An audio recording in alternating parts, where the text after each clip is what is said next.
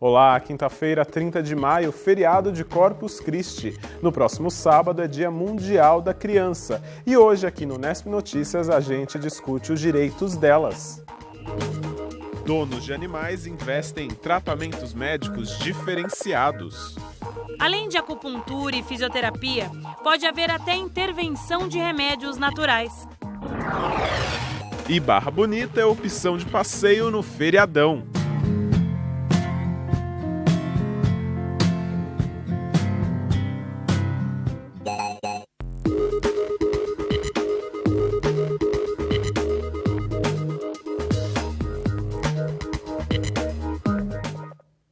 O feriado de Corpus Christi começou com um acidente de trânsito na quadra 23 da Avenida Duque de Caxias.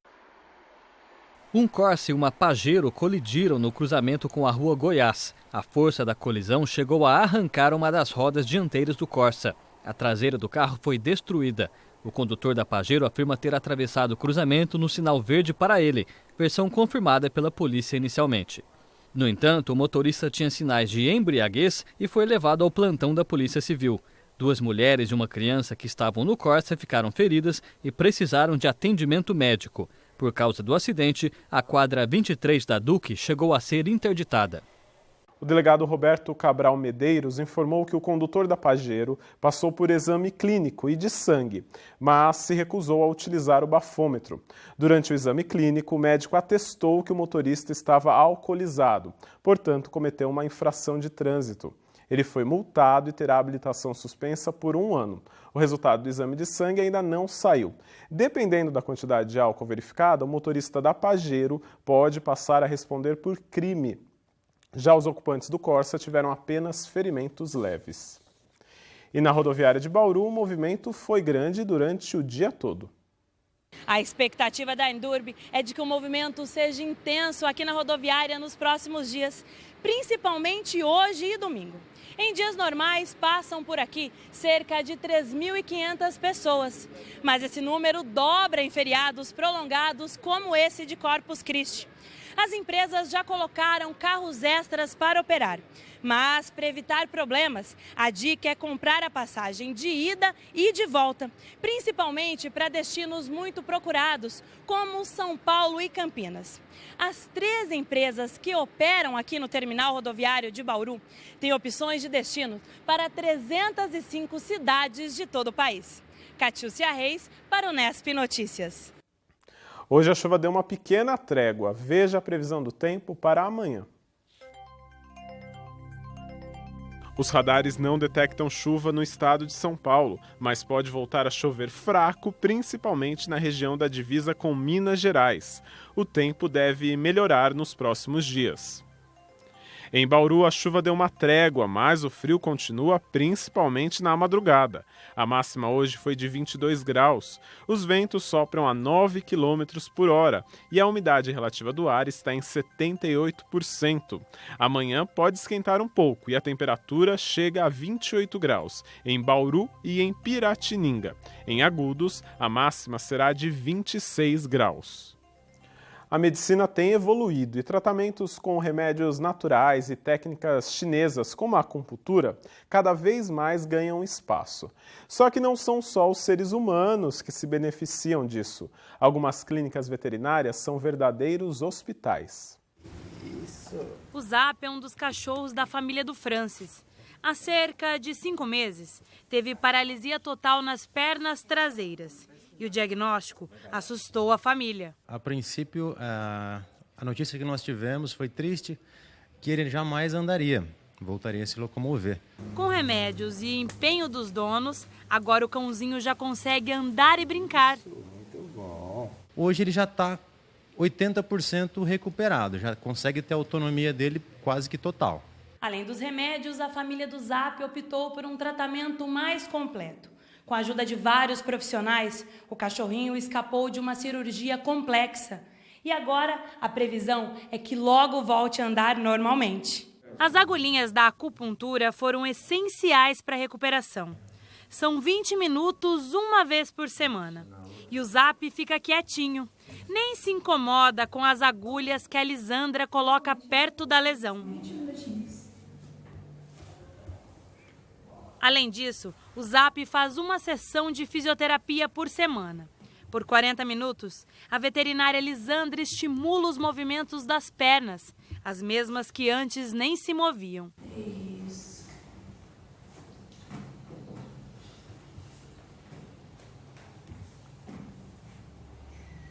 E para saber se tudo está caminhando bem, com o apoio do dono, o ZAP passa até por um ecocardiograma.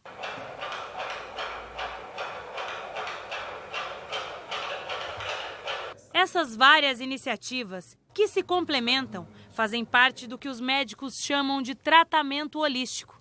Mistura conhecimentos da medicina tradicional com a chinesa. Além de acupuntura e fisioterapia, pode haver até intervenção de remédios naturais. É uma abordagem que conquista cada vez mais pacientes humanos e que agora também ganha espaço entre os animais. Na medicina tradicional nossa ocidental, muitas vezes a gente não consegue chegar na raiz do problema só com medicamentos, né? Muitas vezes é necessário alguma cirurgia, alguma coisa assim. Com a medicina tradicional chinesa, a gente consegue, em vários casos, assim, melhorar muito a qualidade de vida do animal, tanto fazendo ele voltar a andar. Na maioria dos casos, os cachorros respondem muito bem, né? E para que o diagnóstico seja preciso, são feitos exames de laboratório. No caso do ZAP, os de sangue já são rotina. Bem quietinho, ele nem liga para a seringa. No laboratório, o sangue é analisado.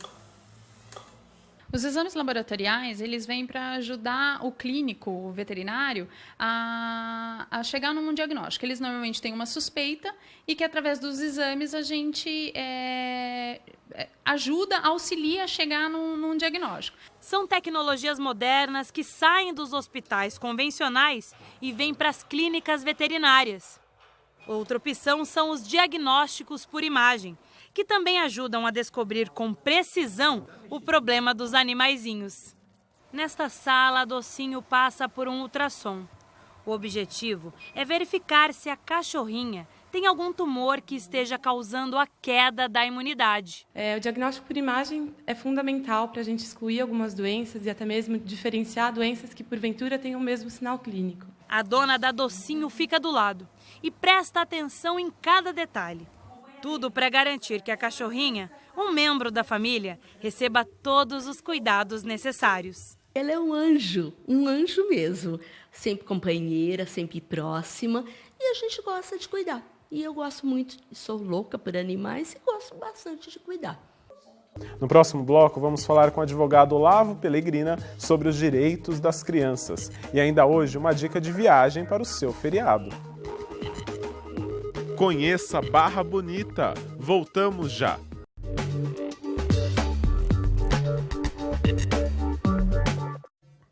Já comentamos aqui no Nesp Notícias que esta é a Semana Mundial do Brincar. Segundo a Declaração Universal dos Direitos da Criança de 1959, toda criança tem o direito de se divertir na infância. Mas as crianças têm outros direitos. É por isso que a gente conversa agora com o presidente da Comissão dos Direitos da Família da OAB Bauru, o advogado Olavo Pellegrina. Olavo, obrigado pela sua participação aqui no Nesp Notícias. Obrigado pelo convite. É sempre bom discutir os assuntos que envolvem nossas crianças e adolescentes. Olavo, quando a gente fala de crianças, quais direitos ainda precisam ser reconhecidos? Na verdade, o que nós precisamos é ter a instalação efetiva de todo o quadro protetivo que o Estatuto da Criança e o Adolescente, já com 23 anos, desde 1990, ainda não foram instalados. E essa instalação, ela foca originalmente a proteção das nossas crianças e adolescentes como pessoas em formação. O ECA é um bom estatuto, mas que precisa ser colocado efetivamente em prática, é isso? Exatamente. Nós temos uma das legislações mais avançadas do planeta, mas em 23 anos ainda nós não conseguimos efetivar a implantação do Estatuto. Por quê? É muito simples. O Estatuto ele veio de uma legislação federal que estabeleceu para o município, para a nossa cidade, muitas obrigações. E no primeiro momento, essas obrigações não vieram com o suporte financeiro, com a sustentação financeira, deixando a cargo do município essas despesas. A União, ciente do problema, começou a enviar essa verba e hoje nós já temos muitos programas implantados, mas ainda carecem de uma especialização, de uma formação adequada, uma melhor formação daqueles que administram esses programas. Os operadores desses programas são heróis hoje para trabalhar com a estrutura que trabalham, mas ainda precisamos aguardar um pouquinho para comemorar. Temos o que comemorar? Sim, temos. Uma diferença gigante, né, do antigo Código de Menores anterior a 90, mas ainda esperamos um pouquinho para uma festa plena de comemoração com a implementação de todas as medidas que o Estatuto preconiza. E como que a gente pode chegar nesse momento? Em que sentido? Nesse momento de poder comemorar e todas as regras estarem implantadas. Sim, com a infraestrutura, com o fornecimento de pessoal, com o fornecimento de material, de treinamento para aqueles que operam e também com mudanças corajosas. Nós esperamos do administrador que cuida do governo do Estado, principalmente no que tange a Fundação Casa, medidas corajosas, como a mudança da proposta pedagógica. A proposta pedagógica da Fundação Casa persiste há muitos anos, mas até hoje ela não dá o resultado esperado. Até hoje ela não recupera efetivamente nossas crianças e adolescentes. Então, uma medida corajosa é a formação de uma equipe profissional, séria, visando resultados para as crianças e para a sociedade. Adapte, mude, modifique a proposta pedagógica, por exemplo, da Fundação Casa. Fundação Casa, daí a gente entra num outro assunto também, que é a questão em debate em todo o país, que é a questão da maioridade penal. Diminuir a idade penal, diminuir a maioridade penal, não bate de frente com o ECA? Frontalmente. Por quê? Como nós colocamos na primeira pergunta que você fez, a criança e o adolescente são pessoas em formação, estão sendo formados, estão sendo construídas. Se nós colocarmos uma criança e um adolescente no sistema prisional brasileiro, elas serão recuperadas? Não, certamente não. O sistema prisional brasileiro é falido, ele é apodrecido, ele não recupera, ele é punitivo exclusivamente. Então, colocar uma criança ou adolescente nesse sistema não recupera. Tratar do assunto da criminalidade envolvendo crianças, envolvendo adolescentes, objetivamente deve ser tratado hoje como a mudança na proposta pedagógica da Fundação Casa e também oferecendo ao juiz período de internação maior. Quem comete um adolescente comete um ato infracional hoje pode ficar internado somente 3 anos. Ora, o juiz tem que ter um poder maior, discricionário maior, de aumentar esse período de internação segundo o critério de violência apresentado por esse adolescente. Nós vemos adolescentes hoje que falam, que verbalizam, olha, eu vou ficar pouquíssimo tempo internado, então eu cometo o crime e saio rápido. Eu vi isso essa semana na televisão. Então, o que precisa é que o Estado dê uma resposta efetiva. Só que não podemos perder de vista que esses adolescentes que cometem atos de violência são exceção. Nós não podemos mudar a regra pela exceção. Nós temos que ter um procedimento de exceção para tratar as exceções. Mas tudo isso olhando caso a caso. Por isso que eu defendo fortemente o aumento do período de internação, concedendo ao juiz que instrui o processo a aplicação desse poder, porque é ele quem conhece o caso concreto. Olavo Pellegrina, muito obrigado pela sua participação aqui no Unesp Notícias. Agradeço imensamente o convite e a oportunidade. Obrigado. E daqui a pouco a gente fala sobre a cidade de Barra Bonita. Voltamos já.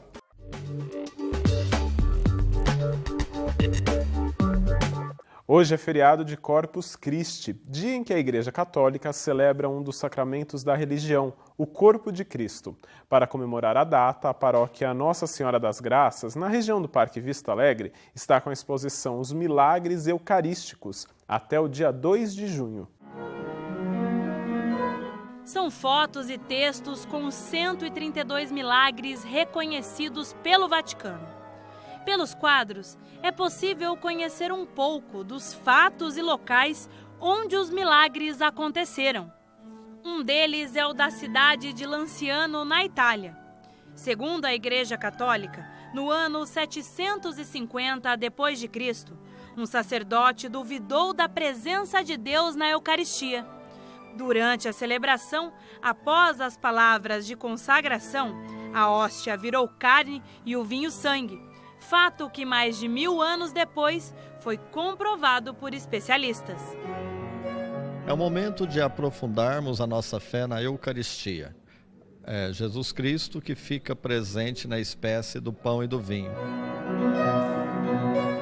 Faz parte também da exposição a apresentação de música clássica com o padre Guido Montinelli ao piano.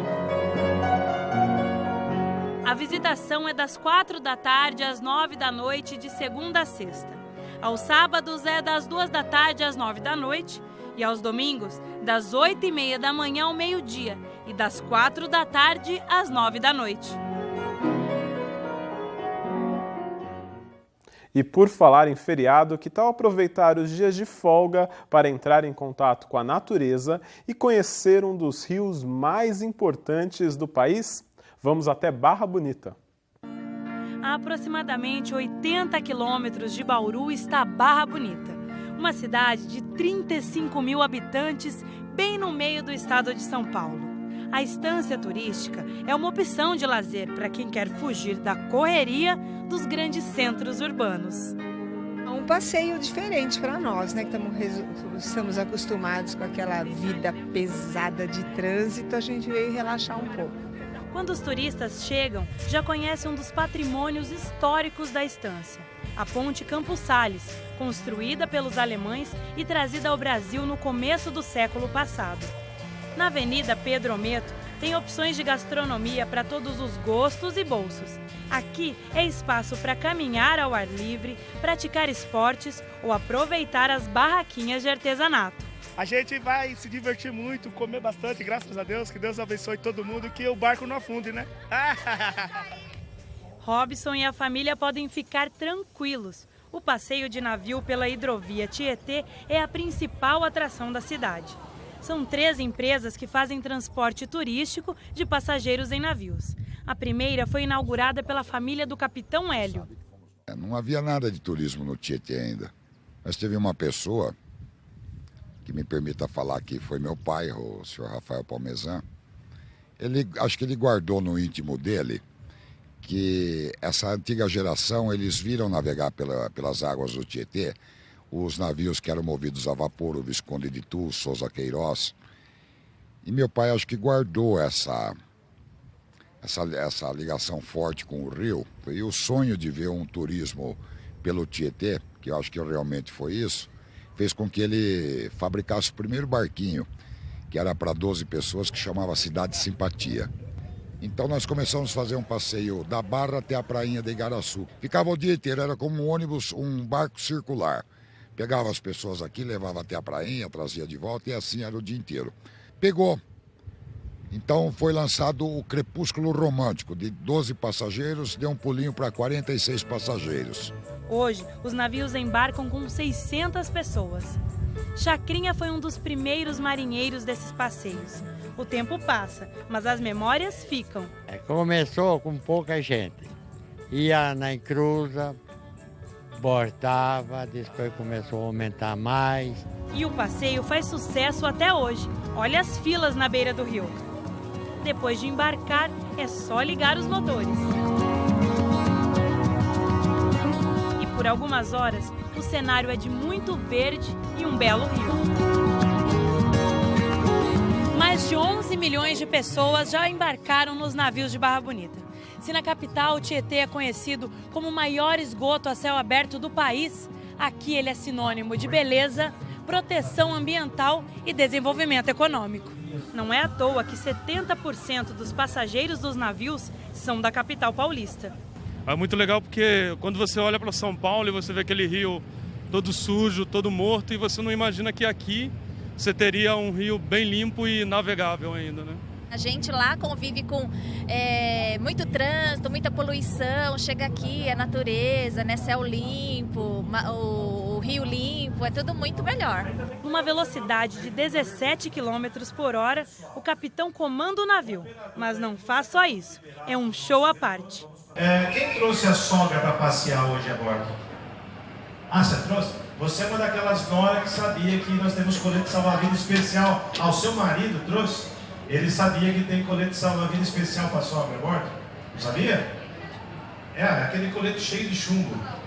A gente foi notando ao longo do tempo de serviço que precisava de alguma coisa para animar, senão ficava uma coisa muito monótona. Até porque a farda nossa espanta um pouco a pessoa de chegar. Quando você começa a virar mais brincadeira, isso vira uma interatividade mais fácil. A pessoa tem quebra um pouquinho a timidez e chega também mais fácil. Então a gente tem um contato melhor com o passageiro, a gente consegue fazer uma amizade com o passageiro. Muitos amigos saíram daqui de vir passear e acabar fazendo contato com a gente nesse serviço que a gente faz. Às margens do rio, os visitantes conhecem ainda uma propriedade da época da colonização do Brasil, com direito a senzala e casa grande. E na hora da fome não podia faltar o almoço, não é mesmo? Os passeios custam entre R$40 e R$80, com e sem refeição. Uma das partes mais emocionantes da viagem é a passagem pela Eclusa. Por causa da construção da barragem de Barra Bonita, o rio fica em 2 níveis. Pela Eclusa, os barcos sobem e descem e podem trafegar nos 2 níveis do rio. São 15 minutos e 26 metros neste elevador de águas. Depois de subir para o nível mais alto do rio, novamente é hora de admirar a natureza. E quem acompanha sempre os turistas são as garças, que estão na barragem e em toda a extensão do rio. As lembranças ficam na memória, mas também vale registrar cada minuto da viagem. Pode ser com celular, máquina fotográfica pequena e até câmera profissional. Tudo para não deixar para trás esses momentos. É bom, maravilhoso. É um belo passeio, é um local, um ponto turístico muito bom. Eu recomendo a todo mundo passear por aqui. É um lazer ótimo, maravilhoso. É um espetáculo de local. Depois que todos saem do navio, Barra Bonita ainda reserva outras opções. É possível conhecer a cidade pelo característico bondinho, ou ainda fazer compras na feira de artesanato. Nada como levar uma lembrancinha com o próprio nome para casa. Não é mesmo, Claudinei? Faz 20 anos que eu faço esse tipo de gravação. Minha sobrinha começou a gravar para mim, depois ela teve que parar e eu comecei a gravar. E faz 20 anos já que eu estou aqui. E esses pijamas são feitos por costureiras da cidade. Eu cheguei aqui através de uma irmã minha, que ela já morava aqui em Barra Bonita e confeccionava esses pijamas. Aí ela trouxe a gente de Palmital, interior, e ensinou a gente aprendeu tudo. E vale a pena? Vale. Outra opção são os passeios de pedalinho e teleférico na Praça Valdemar Ferraz. Para quem gosta de história, pode conhecer Barra Bonita por meio de fotos e objetos no Museu Municipal.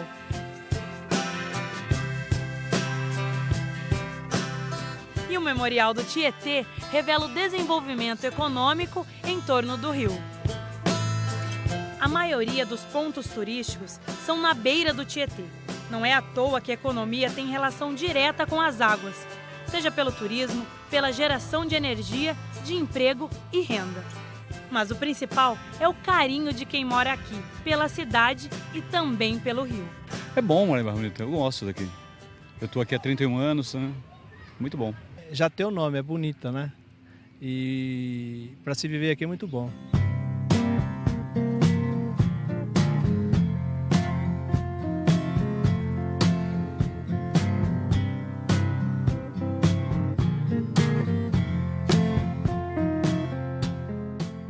Então aproveite a viagem. Amanhã às 5h30 a gente volta ao vivo. Tchau!